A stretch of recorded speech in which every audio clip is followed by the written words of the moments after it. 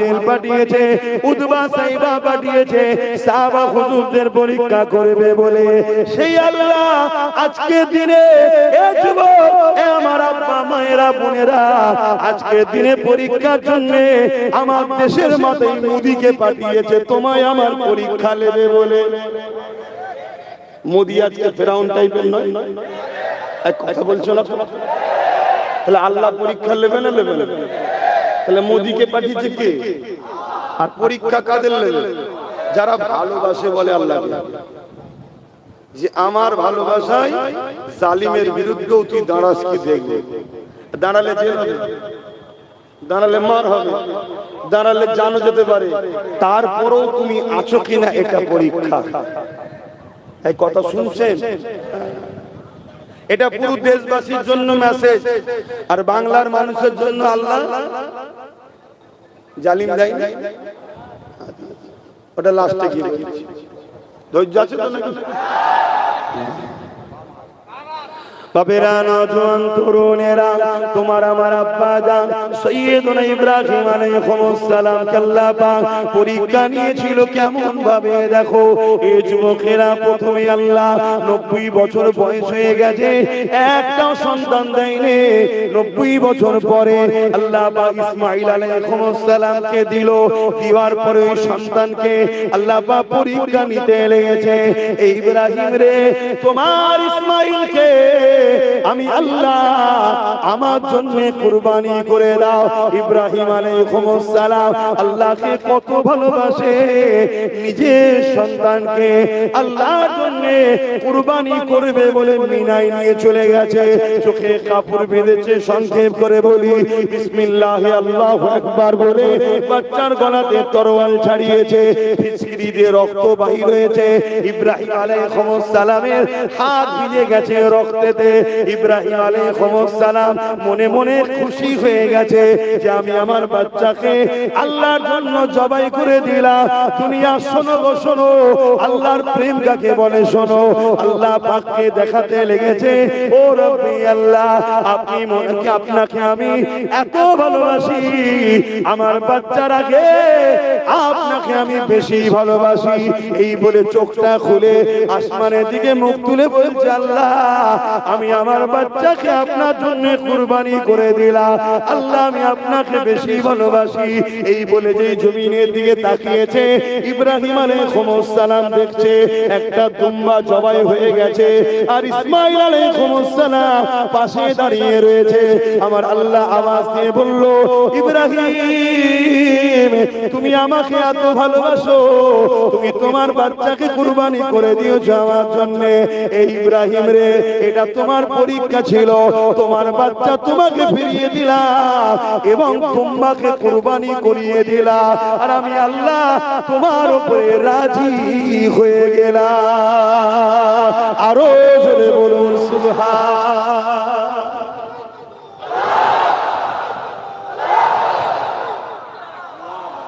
আল্লাহ আমাদের পরীক্ষা নেবে না? আল্লাহ এত কঠিন পরীক্ষা নিলে আমরা পারবো? আমরা তো সামান্য ছোট ছোট পথ ছাড়তে পারছি না, সামান্য সামান্য পথ আমরা ছাড়তে পারছি না, 200, 500, 1000 টাকা ছাড়তে পারছি না। বলো, হ্যাঁ ছাড়তে সবাই পারে না, কে বলেছে? অনেকে জীবন পর্যন্ত নিয়ে নিয়েছে, তথাপিও তারা জুলুমের সাথে হাত মিলাইনি, তার প্রমাণ দিয়েছে না দেয়? একটা কথা প্রথমে মনে রেখে দিও সবাই, একদম মাইকে মুখ দিয়ে হাজার হাজার লোকের সামনে এতগুলো ক্যামেরায় রেকর্ড হচ্ছে, রুহে জমিনের উপরে আসমানের নিচে কোন মুফতি মৌলানা আলেম নাই আমার কথাকে কেটে দিতে পারে। কেন? মুখ আমার কথা আল্লাহ ও রাসূলের কি। তুমি যদি ঈমানদার হও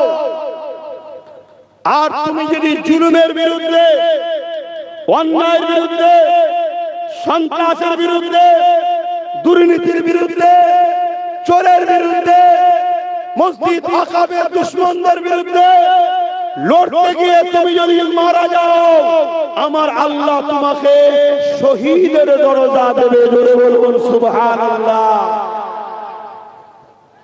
আর যদি তুমি যদি এই লড়াই চালিয়ে গিয়ে বিজয় লাভ করো, শহীদ হওনি, মারা যাওনি, বিজয় লাভ করেছো, আল্লাহ তোমাকে গাজীর মর্যাদা দেবে। জোরে বলুন সুবহানাল্লাহ। তাহলে আমাদের লস নাই।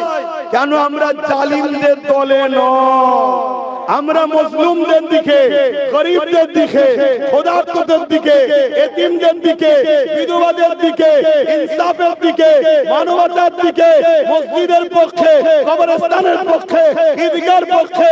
যেমন নিজের ধর্মটাকে ভালোবাসি, অন্যের ভালোবাসাকে আঘাত দিবি না আমরা।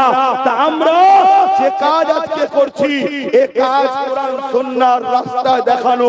দুনিয়া বলতে পারে এটা রাজনীতি, কিন্তু আমি বলছি এটা রাসূলের সাহাবাদের সুন্নতের রাস্তা। জোরে বলুন সুবহানাল্লাহ। আরো চিৎকার দিয়ে বলো সুবহানাল্লাহ। কোন যদি বাপের বেটা কোন মুফতি মাওলানা কারো ভাড়াটিয়া থাকে, রেকর্ড হচ্ছে তো, বাসে আমাকে বসা, আমি বসবো।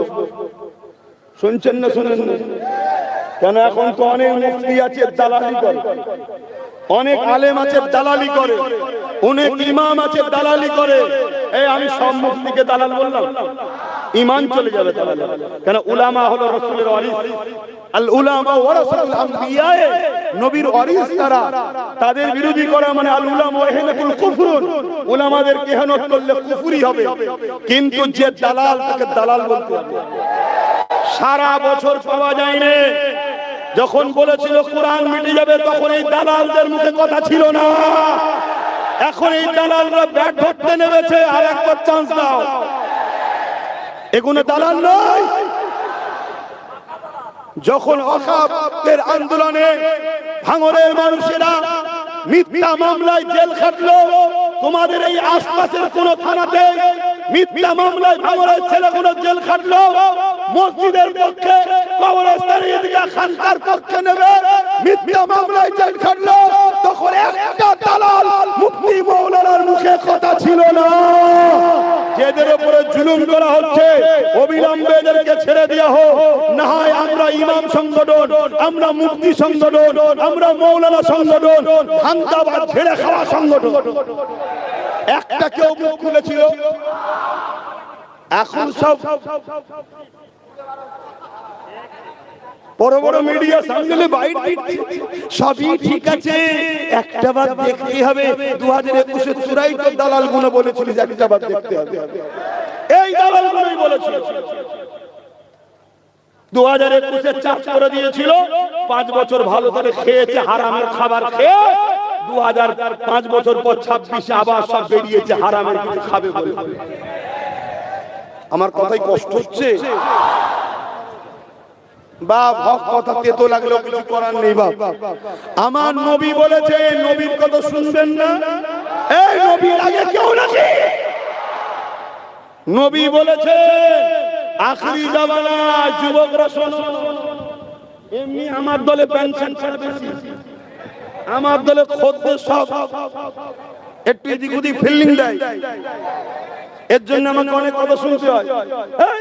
সব পান খাওয়া, গুটখা খাওয়া কোনো সব আছে বলে, আর আমিও জবাব দিই, আমার দলে পান খাওয়া, গুটখা খাওয়া, প্যান্ট শার্ট পরা থাকতে পারে, তোদের মতো ইসলাম বিক্রি করে খাওয়া হারামখোর গাদ্দার নেই আমার সাথে। খুব মন দিয়ে শোনো, আল্লাহ রাসূল বলেছেন আখিরি জামানায় আসমানের নিচে, জমিনের উপরে সবথেকে নিকৃষ্ট হবে একদল উলামা। কাদের কথা বলেছে? তোদের কথা বলেছে নাকি? প্যান্ট শার্ট পরা, বিড়ি খাওয়া, জানি চাচা, হ্যাঁ, এগুলো তোমাদের ভুল, এগুলো ছেড়ে দিতে হবে আস্তে আস্তে। বলো ইনশাআল্লাহ। সব বয়সে সব চেঞ্জ হয়ে যাবে। এদের বাপ ভালো, তারা ভালো হবে না মানে? রক্ত কথা বলে, ঠিক না বেটি? ওই যে মুরব্বী সব বসে আছে, এখন দেখুন সব হজ করে দাঁড়িয়ে রেখে মাথায় টুপি দিয়ে আল্লাহ করছে, সব টাইমে টাইমে ঠিক হয়ে যায়। বলুন ইনশাআল্লাহ। কিন্তু ইসলামের দুশমন হও, ঠিক হবার আর জায়গা আছে? খুব মন দিয়ে শোনে। তাহলে রাসূল বললেন আসমানের নিচে, জমিনের উপরে আখিরি জামানায় সব থেকে নিকৃষ্ট, তার মানে চতুষ্পদ জন্তু শূকরের থেকেও নিকৃষ্ট। আমার কথা নয় বাপ, একটু যদি টুটা করো যে কি বলছে, সঙ্গে সঙ্গে ইসলাম থেকে বেরিয়ে যাবে। কারণ রাসূলুল্লাহর কথা, সব থেকে নিকৃষ্ট হবে একদল উলামা, সবাই না, একদল। শুনছে, খুব সাবধান হন। এই কিছুদিন আগে আমার পশ্চিম বাংলার প্রাক্তন মুখ্যমন্ত্রী মাননীয়া মমতা ব্যানার্জি, চেনেন ভদ্র মহিলাটাকে? কিছুদিন আগে আপনাদের ভাঙড়ে এসেছিল, কবে ছিল? কালকে, হ্যাঁ কালকে এসে কি বললো ওটা লাস্টে বলছি। তার কিছুদিন আগে কি বললো, যখন মালদায় এসআইআর আন্দোলনে কোন এক উকিল ধরা পড়লো, বললো মেন কালপিটকে ধরে ফেলেছি। ওই কালপিটি কিন্তু একদিন তোমার দলের ঝান্ডা ধরে করেছিল। শুনছেন? চলেন, আমি যে বিষয়টা বলতে চাইছি, ধর্মসভায় এসে ধর্মের পক্ষে বলবো না, যদি কেউ আমার ধর্মের বিরোধী করে তার বিরুদ্ধে বলবো না। ফেরাউনের বিরুদ্ধে বলা যাবে, নমরুদের, এজিদের, আবু জেহেলের, কেন? এরা মানবরূপী শয়তান ছিল। তা আজকেও মানবরূপী শয়তান আছে না নাই? একটা উদাহরণ দিচ্ছি। ভাটপাড়াতে অর্জুন সিং নাম, ওটা হলো মানবরূপী দুবাইয়ে শয়তান। শুনছেন? ও যে কখন কোন দলে থাকে বোঝা মুশকিল। আমি তো নিজেও জানি না, আমার মনে হয় ওই মাঝে মাঝে ভুলে যায় আমি কোন দলে আছি। শুধু দল চলছে, আছে না? ওই শয়তান কি বলেছিল? ইসলামে নাকি রেপ করা ভালো কাজ। নাউজুবিল্লাহ বললে না? এটা তোমাদের জন্য কি বদনাম নয়, মিথ্যাচার নয়? এটা কি ইসলামের নামে দাগ দেওয়া হলো না? তুমি এর গদির জন্য মারপিট করছো, ওর বুদ্ধি দেওয়ার জন্য মারপিট করছো, এর ভোট চুরি করে পালাচ্ছ, সবার বেলায় তোমায় পাওয়া যায়। আর আমার ইসলামের নামে এত বড় কলঙ্কিত দাগ লাগালো, তার বিরুদ্ধে তোমার মুখে একটা কথা নেই কেন? শুনছেন? আজকে ওই অর্জুন সিং এর বিরুদ্ধে কয়েক হাজার মামলা হয়েছে না হয়নি? তাকে কি প্রাক্তন মন্ত্রী মাননীয়া মমতা ব্যানার্জি কি অ্যারেস্ট করেছে? কেন করলো না? তাহলে আমার ইসলামকে কেউ গাল দেবে, তোমাকে কেস করা হবে, তোমার হাতে পুলিশ, তোমার হাতে রাজ্য আমরা দিয়েছি, তুমি তাকে অ্যারেস্ট করবে না। অথচ ওয়াকাবলি আন্দোলন করতে গেলে নওশাদ সহ ভাঙড়ের ছেলেদেরকে তুমি অ্যারেস্ট করেছো। এর জবাব দেওয়ার সময় এসে গেছে আমাদের। এই কথা বলা কি অন্যায়?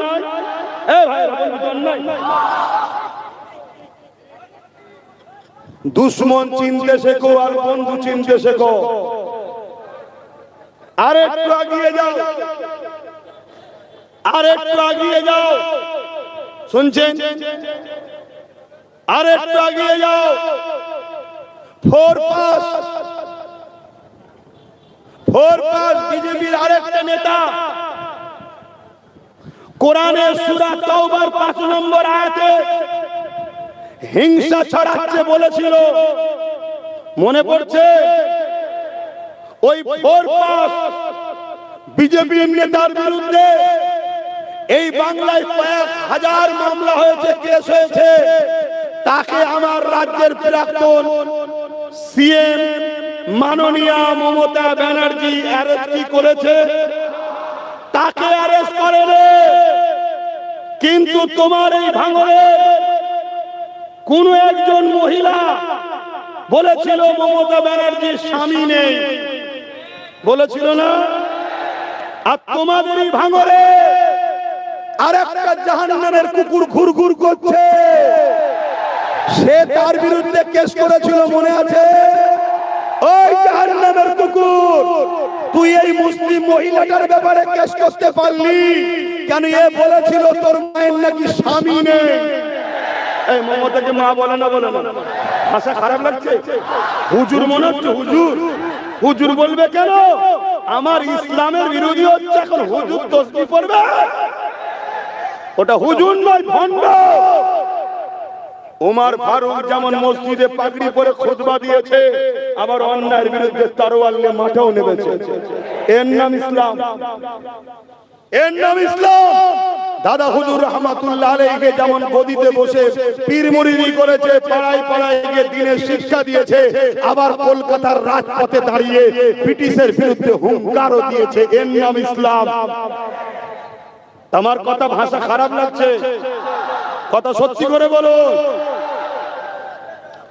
তখন এই মুসলিম মহিলাটার নামে কেস দিল আর তাকে অ্যারেস্ট করলো রাজ্য সরকার। আমি প্রশাসনকে দোষ দেব না, প্রশাসনকে দোষ দেব না। কেন? প্রশাসন চাকরি করে। দোষ দেব আমাদেরকে, আমরা ঠিক লোকের হাতে ঠিক সময় দায়িত্ব না দিতে পারার জন্য আজকে গন্ডগোল হচ্ছে। দুটো গেল। তাহলে যারা আমার ইসলামের উপরে আঘাত দেয়, যারা আমার কোরআনের নামে মিথ্যাচার করে, তাদেরকে অ্যারেস্ট করে না। যারা গ্রাম্য মেয়ে চলতি ভাষা স্বামীকে চলতি ভাষায় যেটা বলে, আঞ্চলিক ভাষায় যেটা বলে, সেইটা বলে আক্রমণ করেছে যে মমতা ব্যানার্জির স্বামী নাই। তা স্বামী নাই, স্বামী নাই বলেছো তো এত পেস্টিজে লেগে গেল কেন? তুমি আমার ভাইয়ের বিষয় বলতে যাচ্ছ, আমায় ঘাটাওনি। অনেক দূর পর্যন্ত যাব, স্বামী খুঁজে বার করে ফেলবো।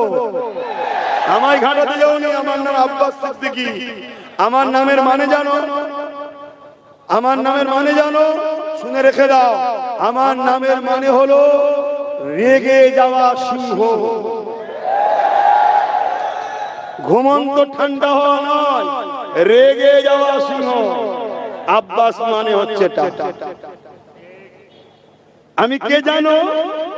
আর বলছি না তো ভাইরা আমার, বলো তোমরা মুখে হাত দিয়ে বলো, কোরআনের জন্য আমার রাসূলুল্লাহ মার খেয়েছে না খায়নি? আমার নবী যখন এই কোরআনের বাণী মানুষের ধরে ধরে নিয়ে যেতে লাগলো, আল্লাহ নবীর উপরে তৎকালীন যারা জালিম অত্যাচারী শাসক ছিল, যারা আমার রাসূলুল্লাহর উপরে কত জুলুম করেছে, মন দিয়ে দু কথা শুনে যাও।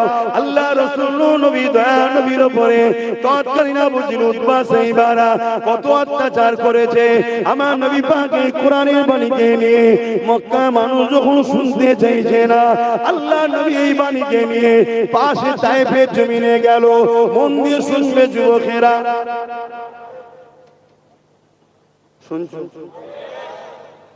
যুগে যুগে কোরআনের বিরোধী করেছে। কেন কোরআনের বিরোধী হয় সেটা একটু শুনে নাও।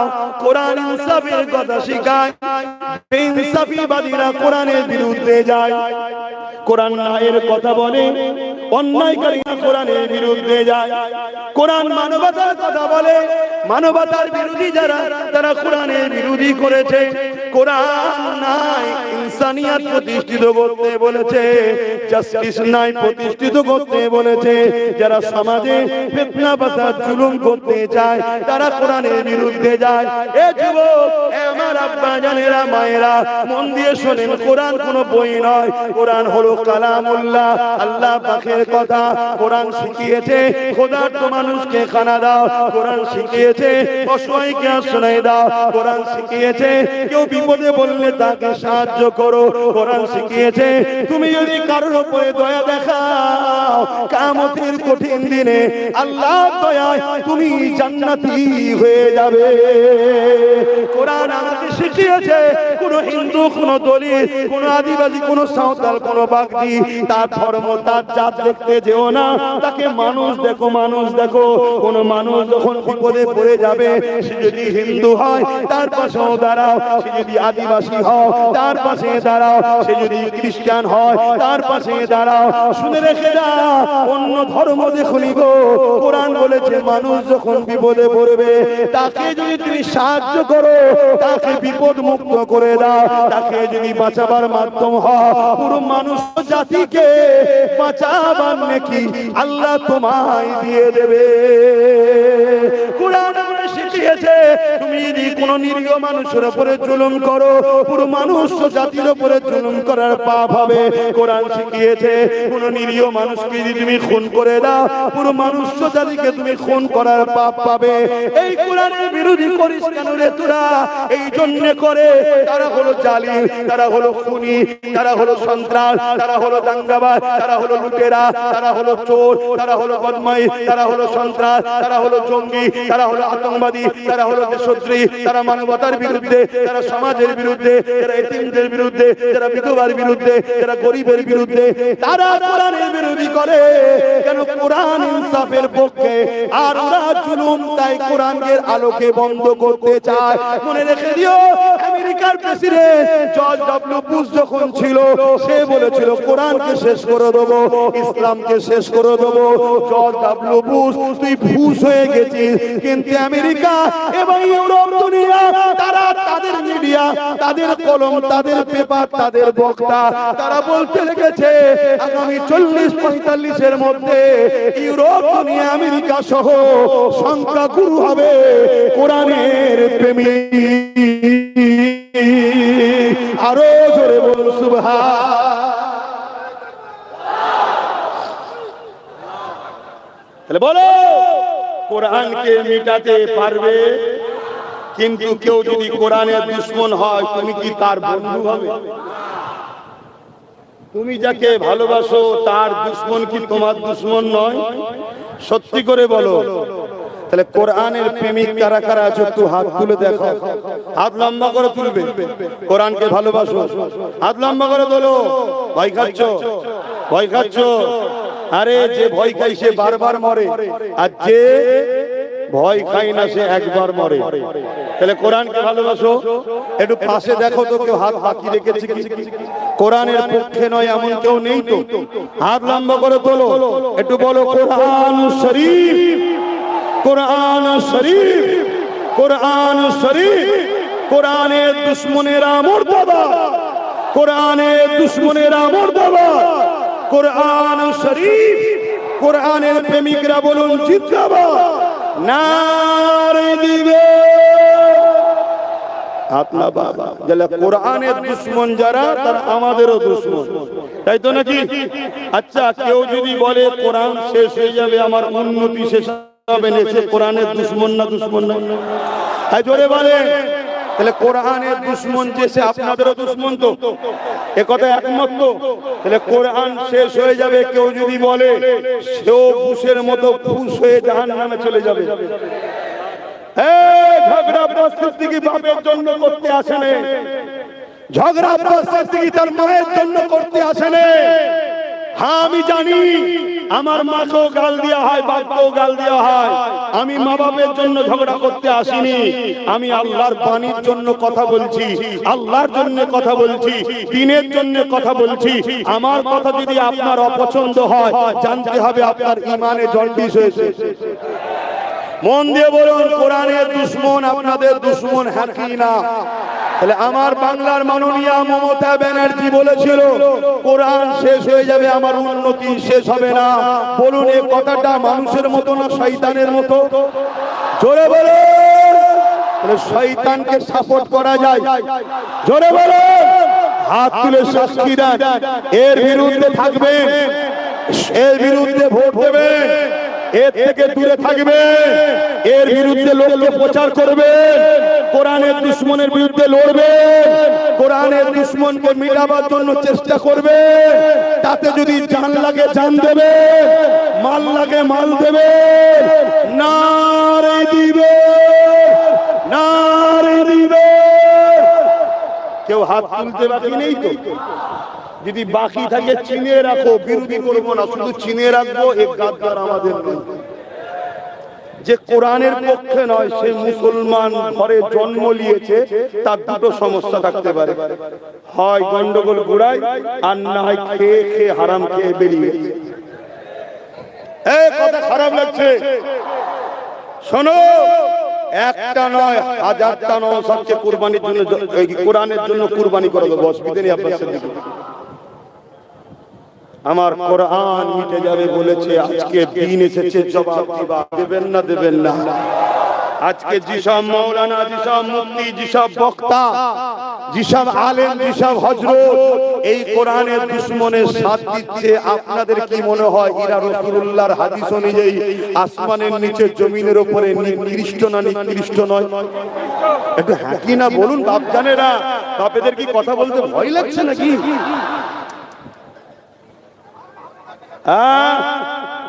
কথাটা ভালো উত্তর দিয়েছে। এরা ভাঙরের ছেলে, ভয় পায় না, ভয় দেখায়। এরা ভয় দেখায়, ভয় পায় না, ঠিক না? মাথা কাজ করছে না। কলকাতার পাশে এত বড় একটা পাওয়ারফুল মুসলমান এলাকা থাকবে, এটাকে এয়ারপোর্টের নামে নিতে হবে, এগুলোকে তাড়াতে হবে। নওশাদ 5 বছর সই করলো না, ওকে দেব বললাম, সংখ্যালঘু মন্ত্রী তাও এলো না। ওকে কি বলে গ্রাম, কি বলে পঞ্চায়েত মন্ত্রী করবো বললাম, তাও এলো না। 150 কোটি দেবো বললাম, তাও এলো না। এই গুন্ডা এলাকাই তো তুই আমার ডান হাত হোস, প্রচার করবো যা তো। কিন্তু ডান হাত প্রচার করে বাংলায় কত তোমার ভোট নষ্ট হচ্ছে, তুমি হুঁশ নেই কেন? ও যত দাদা হুজুরের আওলাদদের গাল দিচ্ছে, পুরো রাজ্য জুড়ে দাদা হুজুরের ভক্তরা তোমার দিক থেকে পালাচ্ছে। তুমি এক ভাঙরের দিকে তাকিয়ে আছো আর হাজারটা ফসকে যাচ্ছে। কথা বুঝে আসছে না? উত্তম ফয়সালা লেনেওয়ালা মালিক আল্লাহ। মনে রেখে দিও, ফেরাউন বিশাল পাওয়ারফুল ছিল, আল্লাহ তাকে ছুঁচো ডুবানোর মতো ডুবিয়ে ডুবিয়ে মেরেছে। নমরুদ পৃথিবীর রাজা ছিল, আল্লাহ মশা দিয়ে মেরেছে। মনে রেখে দিও, নমরুদের পক্ষে যারা ছিল তাদেরকে আল্লাহ ছেড়ে দিয়েছে নাকি? চলে আসো আব্রাহা বাদশার কথা বলবো। নাম শুনেছো আব্রাহা বাদশা? এটা হ্যাঁ কি না বলবো? কে সে যে কাবা ঘরকে ভাঙতে গিয়েছিল? শুনছেন? আর আজকে মোদি বলছে সব ভেঙে ফেলবো। দাঁড়া, অনেক বাচ্চা আছে এখন, তুই এখনো ফাঁদ দেখিসনি, ঘুঘু দেখেছিস। তুই ফাঁদ এখনো দেখিসনি। শুনছেন তো নাকি?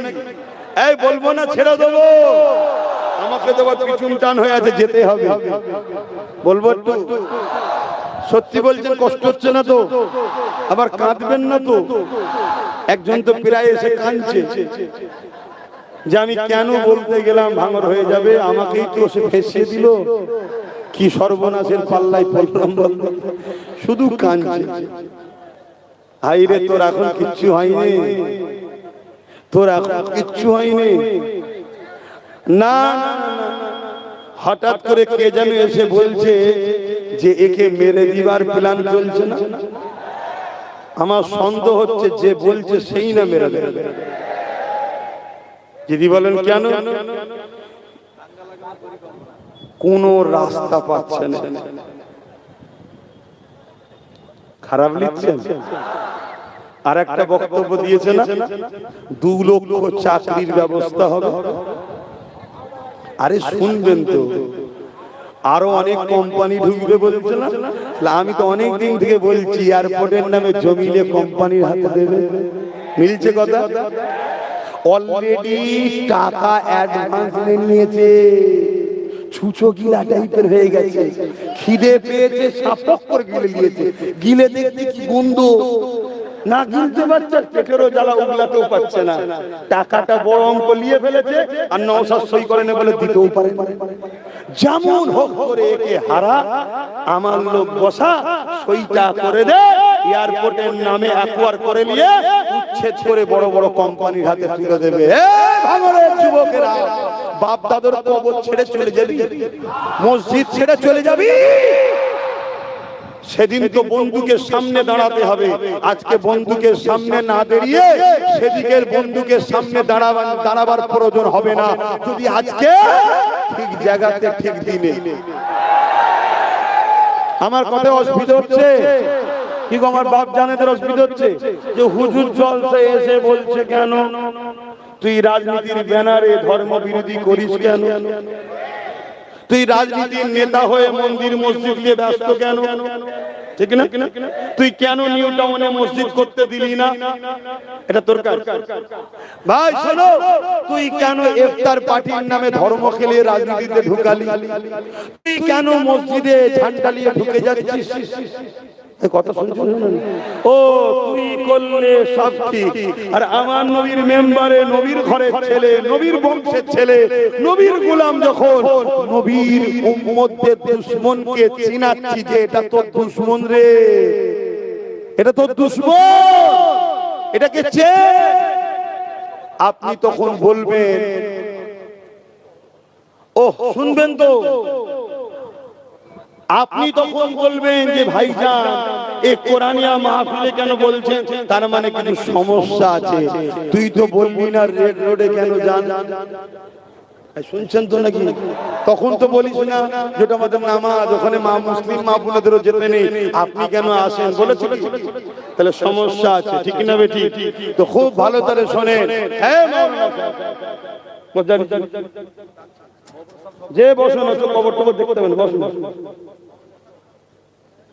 বসুন, যার যা বলার দরকার লিখে দিতে হবে, বিচখানে ডিস্টার্ব করো না, একটা লাইনে কথা বলছি,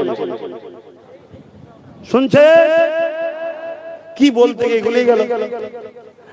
এখন কেউ যদি বলে যে ভাইজান বাবাজি হুজুর এই সব কথা কেন বলছেন, আমি একটাই উত্তর দেবো, ফেরাউনের বিরুদ্ধে মুসা নবী যদি বলতে পারে, নমরুদের বিরুদ্ধে যদি ইব্রাহিম নবী বলতে পারে, এজিদের বিরুদ্ধে হোসাইন পাক যদি বলতে পারে, কি বলে ব্রিটিশের বিরুদ্ধে দাদা হুজুর যদি বলতে পারে, সেসব জালিম শাসক ছিল না ছিল না, আজকে তাদেরই তো দেখানো রাস্তায় নবীর গোলাম, আজকে জালিমদের বিরুদ্ধে তো বলতেই হবে, এবং বলার জায়গা এটাই তো, এখান থেকেই তো হক কথা বলা হয়। জোরে বলুন সুবহানাল্লাহ, আরো জোরে বলুন সুবহানাল্লাহ। তো ভাইরা আমার, তাহলে সেদিন কি আপনি গুলি বোম বন্দুকের সামনে আপনাকে দাঁড়াতে হবে না, যদি আজকে মসজিদ কটাই নামাজ, কটাই নামাজ, 8:15, কি হল এতক্ষণ পরে গেল, কি ব্যাপার?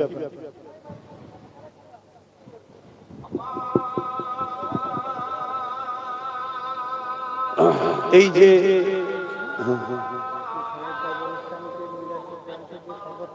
আচ্ছা আচ্ছা আচ্ছা আচ্ছা, বলো বলো। আব্বা জান উঠা উঠি না, আজান দিচ্ছে, নামাজ পড়বো আমরা, তার আগে ছেড়ে ছেড়ে, এটা আদবের খেলাফ।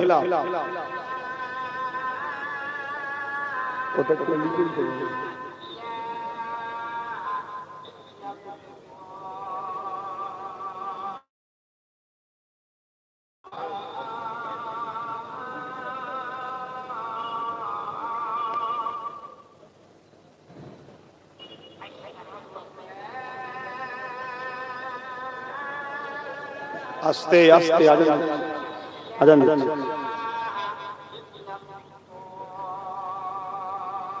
আশহাদু আল্লা ইলাহা ইল্লাল্লাহ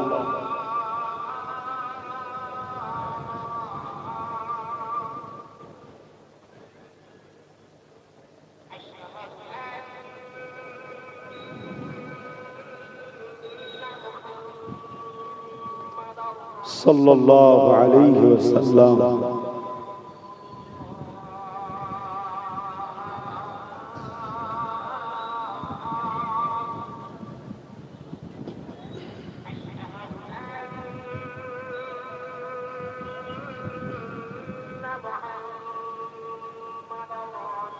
সাল্লাল্লাহু আলাইহি ওয়াসাল্লাম কুররাতিন বিকা রাসূলুল্লাহ।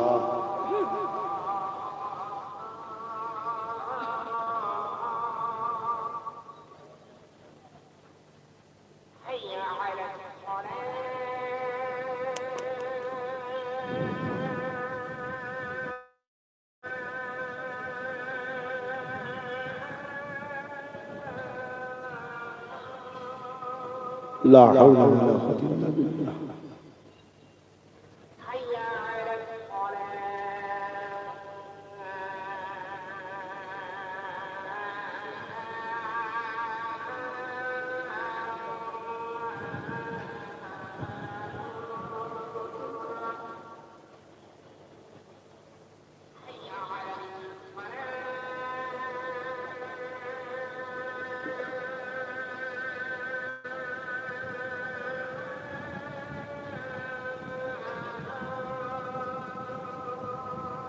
লা হাওলা ওয়ালা কুওয়াতা ইল্লা বিল্লাহ।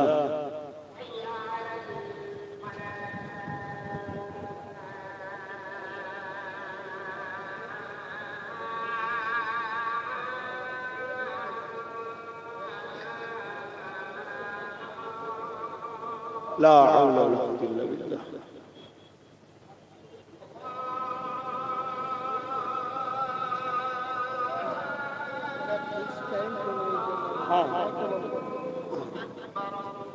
না না ছেড়ে দিন, নামাজ সবাই তার আগে ছেড়ে দিন। আল্লাহু আকবার, আল্লাহু আকবার। হ্যাঁ বলছি।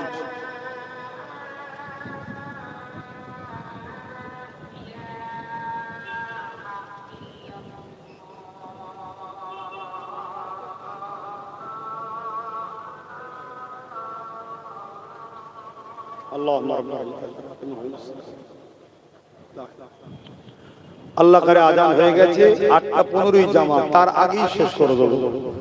শুধু দুটো কথা বলবো। একটা হচ্ছে হসপিটালটা গেল কোথায়? আব্বাস সিদ্দিকী বলেছিল করে দেবে, তাই তো নাকি?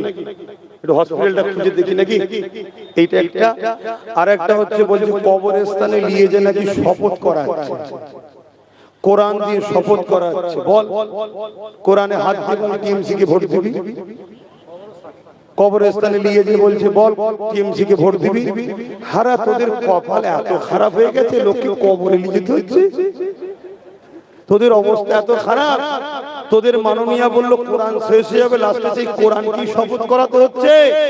এর মশলা আমি আপনাদেরকে বলে যাই, হারাম কাজে, জুলুমের কাজে যারা কোরআনকে ব্যবহার করে এবং ধর্মীয় কোনো কাজকে ব্যবহার করে, ওই শপথটা আল্লাহর কাছে গ্রান্টেড হয় না। বুঝতে পারছেন? দ্বিতীয় নম্বর কথা, কেউ যদি কোরআনে বা কোন শপথ করে, কবরস্থানে তো শপথ হয় না, শপথ হয় আল্লাহর কসমে। কথা বুঝে আসছে?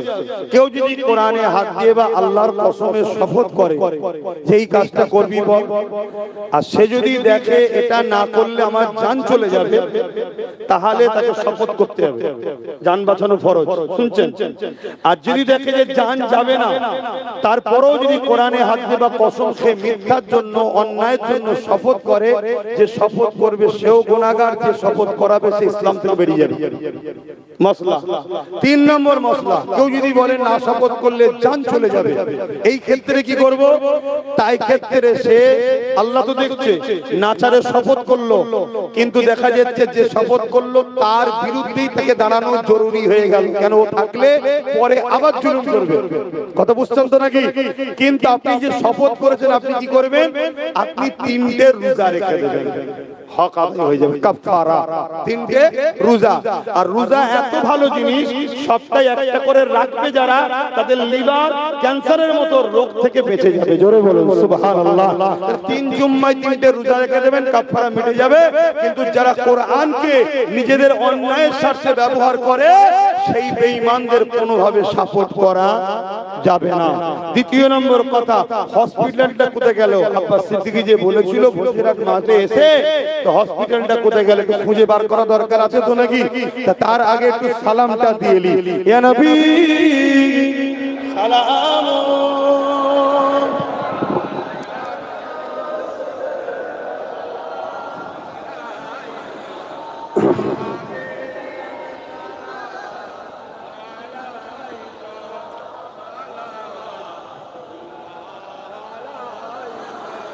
طلع البدر علينا من شنيعة الوداع وجب الشكر علينا ما بغى لله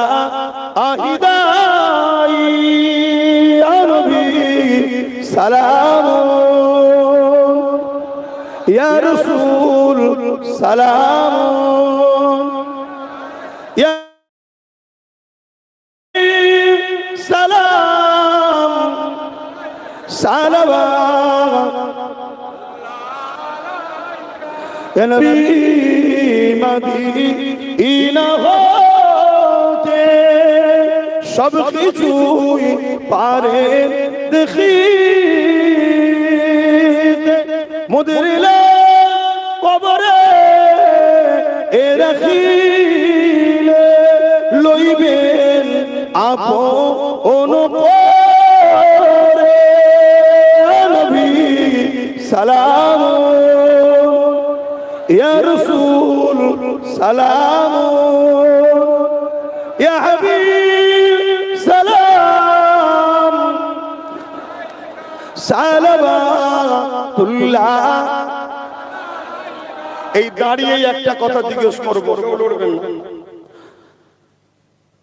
দুটো লোক, এক নম্বর লোক হচ্ছে ওয়াকাফকে মিটাতে চায়, ওয়াকাফের হয়ে আন্দোলন করলে কেস দেয়, শুনছেন? দ্বিতীয় নম্বর লোক ওয়াকাফকে বাঁচাবার জন্য জেল খেটেছে, ওয়াকাফকে বাঁচাবার জন্য আন্দোলন করেছে, ওয়াকাফের জন্য সুপ্রিম কোর্টে গিয়ে কেস করেছে, ওয়াকাফকে বাঁচাতে গিয়ে জেল খেটেছে। আপনি ইমানদার হিসেবে আমি আপনাকে জিজ্ঞেস করছি, কেন আমি ধর্মগুরু আমার ভালোবাসার বাপ ভাইদের জিজ্ঞেস করছি, আপনি এক নম্বর লোকের সাথে যে ওয়াকাফের দুশমন তার সাথ দেবেন, না যে ওয়াকাফকে বাঁচাতে চাইছে তার সাথ দেবেন? এক নম্বর না দু নম্বর, কোনটা? আগুল দেখান, আগুল দেখান, আগুল দেখান। ইনশাআল্লাহ ভাঙরে এটাই হবে। এটা কি? এটা জিতার সিম্বল। দুটোই হবে, এটাই হবে। আপনার তাহলে তার নাম কি যে ওয়াকাফের জন্য জেল খেলেছে, যে ওয়াকাফের জন্য সুপ্রিম কোর্টে কেস করেছে? তার নাম হলো নওশাদ সিদ্দিকী। তা আমি হুজুর, আমি তো কেস করতে পারিনি, আমি লড়তে পারিনি, আমি জেল খাটতে পারলাম না। কমসে কম সে যখন ওয়াকাফের জন্য জেল খেলেছে, সুপ্রিম কোর্টে গেছে, লড়ছে, আমার দায়িত্ব তার পক্ষে থাকা না না থাকা। জোরে বলো। আমি আমার ভাই নওশাদের সাথে আছি। আপনাদের আপত্তি আছে? যার যার আপত্তি নাই হাত তুলে দেখান। আপত্তি যার নাই হাত তুলুন। বুঝতে পারছেন না? আমার ভাইয়ের সাথে আমি থাকলে আপনার আপত্তি আছে? যার আপত্তি নাই সে হাত তুলবে। বুঝতে পারেন এখন? আচ্ছা, আমার সাথে কে কে আছেন হাত তুলুন। হাত জলদি। ঠিক বলছেন তো? ঠিক বলছেন? ঠিক বলছেন? ঠিক বলছেন? হ্যাঁ, ওই দেখেন এখন হাত তুলেছে। এই যে একটা তৈরি হচ্ছে, আগামী 2-10 বছরের মধ্যে কয়েক লক্ষ হবে। শুনছেন তো? এতে সবার মাথায় বাজ পড়ে গেছে। তা আমার সাথে আছে? ঠিক বলছেন? তাহলে আমি যদি আমার ভাইয়ের সাথে থাকি, আপনারা আমার ভাইয়ের সাথে আছেন না নাই?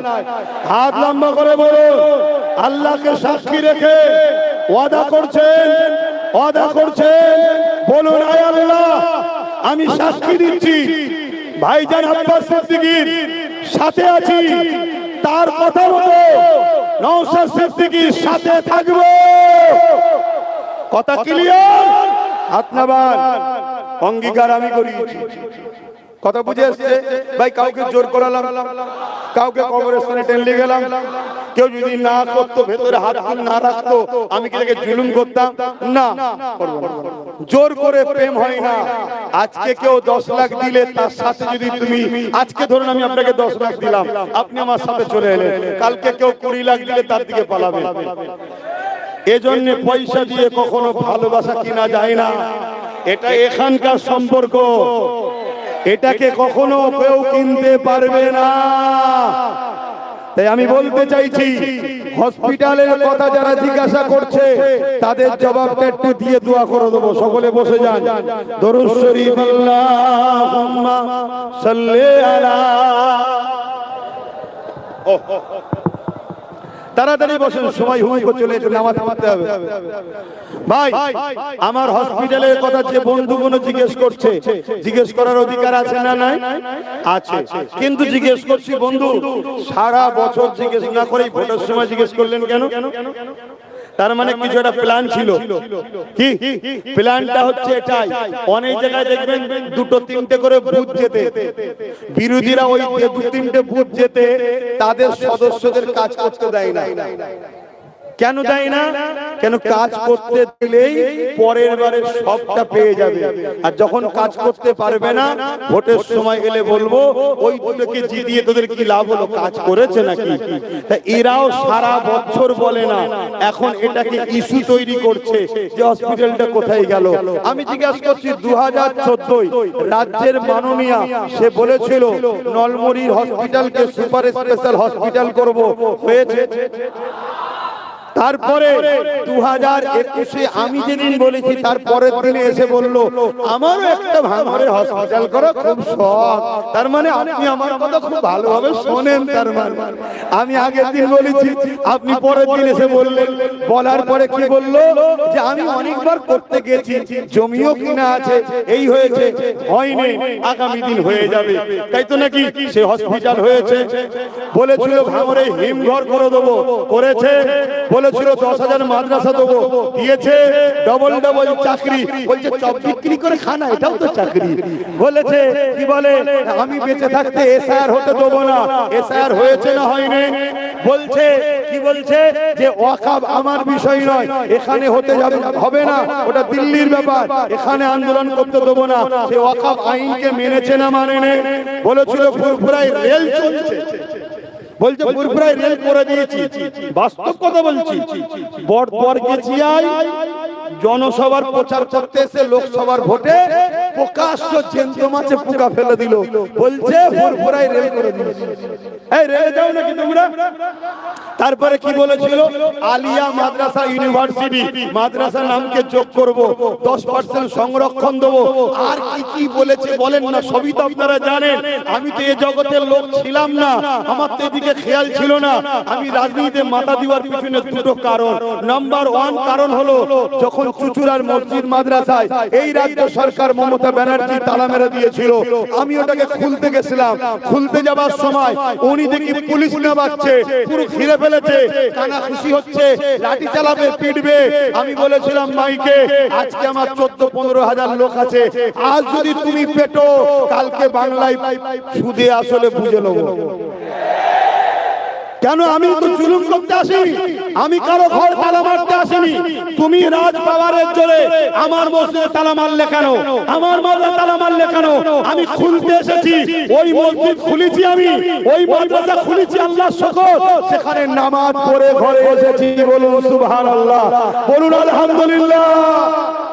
সেই দিন ভাবলাম না লোহা না হলে তো লোহা কাটা যাবে না, হুজুর দ্বারা ফু দিয়া যায়, হুজুর দ্বারা তার পুলিশ কন্ট্রোল করা যাবে না, তারা পুলিশ কন্ট্রোল করতে গেলে নেতা লাগে। তো চিন্তা করছি কি করা যায়। তারপরে পরে এনআরসি করবে বললো না কেন্দ্র সরকার, ইনি বললো ছি ছি ক্যাকা কো সব করছিল না। আমি তখন বললাম ওই রকম ছি ছি ক্যাকা না করে, কোটি কোটি টাকা খরচ না করে, বাংলার মানুষ আপনাকে সিএম বানিয়েছে, আমাকে তো বানাইনি, আপনাকে বানিয়েছে। এদের পক্ষে আপনি সুপ্রিম কোর্টে যে কেস করুন, আমার বাংলা এটা হবে। যেই বলছি দেখছে ঠিক পয়েন্ট তো বলছে, লোক যদি ধরে লাইন ফেসে যাব, সঙ্গে সঙ্গে ওই রাত্রিরে আমাকে চমকাবে বলে আমার বাড়িতে 2,500 পুলিশ পাঠিয়েছে। শুনছেন আমার দরজায় কত লাঠি ফাতি ইট দিয়ে ভাঙা ভুঙি কত কি করেছে, আমি ঘরের মধ্যেই ছিলাম। কথা বুঝে আসছে? এ অনেক বড় কথা বলার সময় নেই। সকালে উঠে দেখি তালাটা এরম রয়েছে, সব ইট ফিট লাগা আছে, ভাঙা ছাড়ার চেষ্টা করেছে, হাত যেই দিয়েছি দেখি তালাটা খুলে গেছে। তার মানে আল্লাহ সাহায্য আমার উপরে আছে না? না। তাহলে আল্লাহ সাহায্য যার উপরে থাকে সে কাউকে ভয় করে? তখন আমি ভাবলাম আর দেরি করলে হবে না। 17 ডিসেম্বর পুলিশ পাঠিয়েছিল, 21 জানুয়ারি এর মধ্যে নওশাদকে বুঝালাম, হ্যাঁ আমি তো হুজুর হয়ে গেছি, জলসা টলসা করি, বাবারা বাবারা করছি, তো তুই তো এখন হুজুর হোস নি, তুই তো খেলাধুলা করছিস, পড়াশোনা করছিস, একটা কথা বলবো, রাজনীতি করবি? ও বলছে রাজনীতি কি কথা, আমি তো কোনোদিনই জানি না। ওকে কেউ চেনেও না, তো চেনে নাকি? আমি বলি আমি তোর গাড়ি দেবো, বুঝিয়ে বাজিয়ে রাজি হবে না। আমি অনেক করে বুঝিয়েছি, দেখ মানুষকে বাঁচানো, দেশের জন্য লড়াই করা বিরাট পুণ্যের কাজ। আল্লাহ আরশাজিমে ছায়া দেবে বলেছে নাই পরার নেতাদের ঘরে, বলুন সুবহানাল্লাহ। এরা অনেক বুঝিয়েছি, বুঝিয়ে যাক আল্লাহর হুকুমুর রাজি হয়ে গেল। রাজি হয়ে যে কলকাতায় 21শে জানুয়ারি পতাকা ঘোষণা করে ওর হাতে তুলে দিলাম। এবারে প্রথম বছর ওকে কেউ চেনে না, একটু প্রচারে না লাভলে হয়, ডাইরেক্ট আমি আইএসএফ এর ব্যানারে প্রচার করেছি, স্বীকার করছি। হারাম কাজ তো করিনি যখন